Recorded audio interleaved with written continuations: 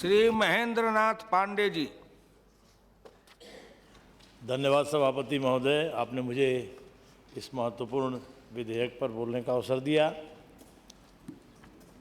श्री निशिकांत दुबे जी को मैं धन्यवाद दूंगा कि उन्होंने इतना महत्वपूर्ण विधेयक सदन में प्रस्तुत किया। मैं तो इसे मात्र विधेयक नहीं, इसे एक पवित्र विधेयक संज्ञा दूंगा, क्योंकि ये ऐसे लोगों की कठिनाइयों के लिए है जिनका कोई सुनने वाला नहीं। हम लोग महोदय जब इंटरमीडिएट में पढ़ते थे तो नागरिक शास्त्र में बताया जाता था कि सरकार क्या, तो सरकार की अवधारणा क्या, कल्याणकारी राज्य की स्थापना मतलब ही सरकार होता है। तो वास्तव में कल्याणकारी राज्य का सही प्रतिबिंब प्रस्तुत करने वाला ये विधेयक है। मैं इस नाते इस विधेयक का पूर्ण समर्थन करता हूँ। मैं आपको ये बताना चाहता हूँ थोड़ा सा एक दृश्य। मैं एक बार उत्तर प्रदेश में जब पंचायत मंत्री था, मैंने अनेक जगह देखा कि ये पेंशन होल्डर्स की क्या क्या कठिनाइयाँ हैं। तो मैंने उनका एक सम्मेलन बुलाया और उसमें इस परेशान तरीके के लोग आए कि उनके दृश्य को देख के अनेकों के आंखों में हम सब सहित आंसू आ गए।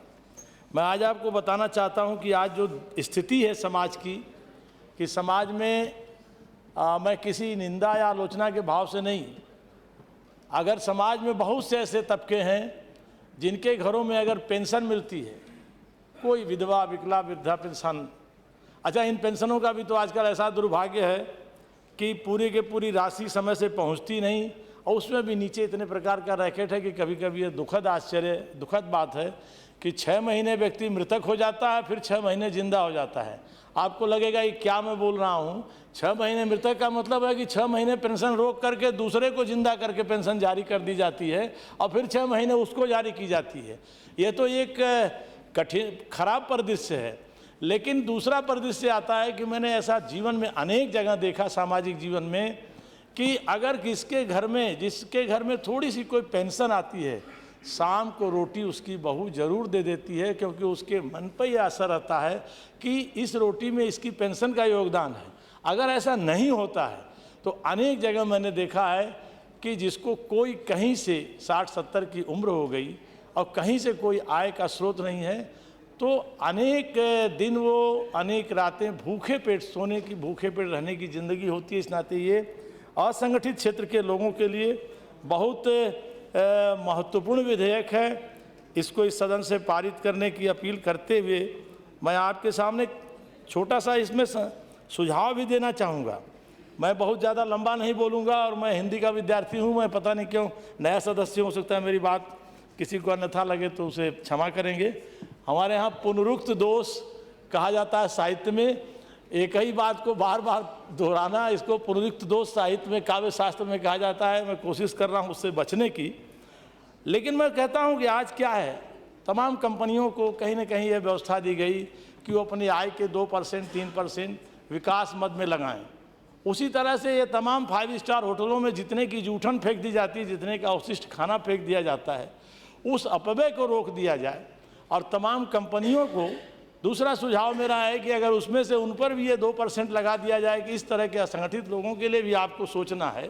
और प्लस इसमें केंद्र पूर्वनिर्धारित बहुत सी ऐसी योजनाएं हैं विभिन्न स्तरों की, जिसके बहुत सी फिजूल खर्ची होती है, उसको रोक दिया जाए। तो इसके लिए एक फंड कहीं ना कहीं सृजित किया जा सकता है महोदय। इस नाते मैं इस विधेयक का पूर्ण समर्थन करते हुए, और मेरा हम सबका सौभाग्य है कि माननीय प्रधानमंत्री जी ने वो गरीबी, वो परेशानी खुद देखी है और जीवन भर उन क्षेत्रों में काम किया है जहां इस तरह के परिदृश्य होते हैं। हम सबका दूसरा सौभाग्य है कि माननीय श्रम मंत्री जी जो इस पर चीज़ों का संज्ञान ले रहे हैं, वो स्वयं एक जमीनी नेता हैं और इन सारी कठिनाइयों को जीवन भर उन्होंने झेला है। इस नाते यह जो विधेयक श्री निशिकांत दुबे जी ने लाया है, इस पर गंभीरता से मनन करके इसे औपचारिक रूप से कि प्राइवेट मेंबर बिल है, इसे बहस कर दिया जाए और एक विषय को दूसरे दिशा में ले जाने की जगह इस पर गंभीरता से विचार करके महोदय मैं निवेदन करना चाहूँगा कि इसे कानून का शक्ल देने की ज़रूरत है और मैं तो कहूँगा कि इस देश में आधुनिक भारत के सबसे बड़े विचारकों में एक महत्वपूर्ण पंडित दीनदयाल उपाध्याय रहे हैं, जिनका मूल दर्शन ही है। माननीय श्रम मंत्री जी को मैं चाहूँगा सदन के माध्यम से मेरी बात का थोड़ा ध्यान देंगे। जिनका मूल जीवन दर्शन ही रहा है दरिद्र नारायण की सेवा, और आज असंगठित क्षेत्र के लोगों को उनको 2 रोटी का सहारा पेंशन के माध्यम से देना, ये सच में पंडित दीनदयाल उपाध्याय जी की दरिद्र नारायण की सच्ची सेवा है और उनको सच्ची श्रद्धांजलि भी होगी। इस नाते मैं तो सुझाव दूंगा 2 कदम आगे बढ़ के कि यह पेंशन योजना ही पंडित दीनदयाल उपाध्याय दरिद्र नारायण सेवा पेंशन योजना के नाम पर है, इस देश में सदन पास करे और इसके माध्यम से समाज की असंगठित लोगों की एक बेहतर सेवा हो और सही कल्याणकारी राज्य की स्थापना माननीय लोकप्रिय प्रधानमंत्री नरेंद्र भाई मोदी के राज्य में स्थापित हो।